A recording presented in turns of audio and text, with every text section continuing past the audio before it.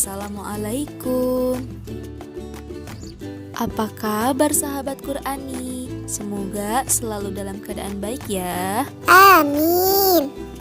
Sahabat Qur'ani semuanya, kita tahu bahwasannya Al-Quran merupakan wahyu Allah Subhanahu wa Ta'ala dengan kebenaran yang mutlak dan menjadi sumber ajaran umat yang diturunkan kepada Nabi kita, yakni Nabi Muhammad SAW, yang berfungsi untuk memberikan petunjuk ke jalan yang benar. Tiada bacaan semacam Al-Quran yang diatur tata cara membacanya, diatur lagu dan iramanya, bahkan sampai etika membacanya.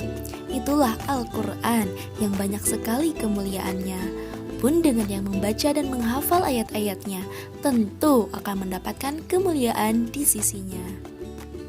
Sahabat Qur'ani, pernah bertanya gak sih?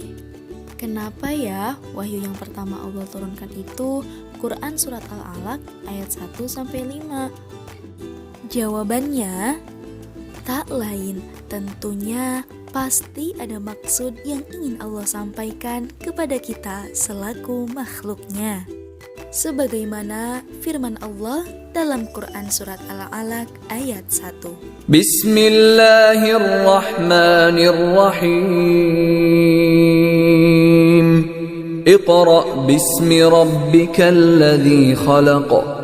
Dalam tafsir Al-Maraghi, awal surah ini adalah awal turunnya wahyu kepada Rasulullah Shallallahu Alaihi Wasallam yang merupakan rahmat Allah kepada para hambanya.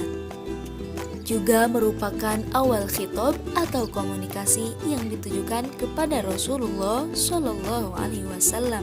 Sedangkan dalam tafsir Ibnu Katsir, ayat ini merupakan permulaan rahmat yang diturunkan oleh Allah karena kasih sayang kepada hamba-hambanya dan merupakan nikmat yang mula-mula diberikan oleh Allah kepada mereka. Dan di antara kemurahan Allah Subhanahu wa Ta'ala ialah Dia telah mengajarkan kepada manusia apa yang tidak diketahuinya. Hal ini berarti Allah telah memuliakan dan menghormati manusia dengan ilmu. Dan ilmu merupakan bobot tersendiri yang membedakan antara Abul Bashar atau Adam dengan malaikat. Pada ayat pertama surah ini, Allah Subhanahu wa Ta'ala memerintahkan Rasul untuk membaca. Bacalah dengan nama Tuhanmu yang telah menciptakan. Maksudnya, jadilah engkau seorang pembaca dengan kekuasaan dan kehendak Allah yang telah menciptakan. Dan sebelumnya engkau bukan seorang pembaca. Sungguh Nabi SAW bukanlah seorang yang pandai membaca dan menulis.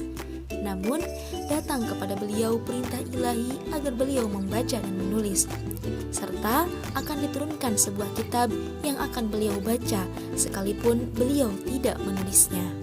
Dalam ayat berikutnya, Allah Subhanahu wa Ta'ala mengulangi lagi perintahnya. Iqra' wa rabbukal akram. Mengapa perintahnya diulangi? Sebab seseorang bisa mendapatkan manfaat dari membaca ketika ia terus mengulangi dan membiasakan diri untuk terus membaca. Adapun yang dimaksud dengan pengulangan di sini adalah mengulangi apa yang kita baca. Karena dengan adanya pengulangan, maka akan melekat pada diri kita. As-Suyuti menjelaskan bahwa ungkapan Iqra mengisyaratkan pesan yang mendalam dan komprehensif sebagaimana surat Al-Fatihah.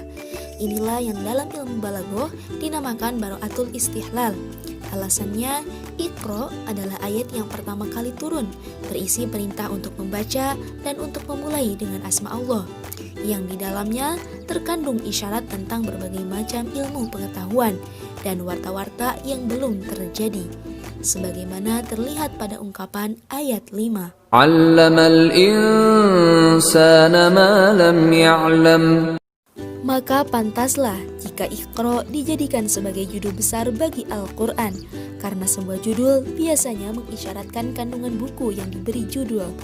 Kata Iqra secara harfiah berasal dari kata qara'a yang memiliki arti menghimpun.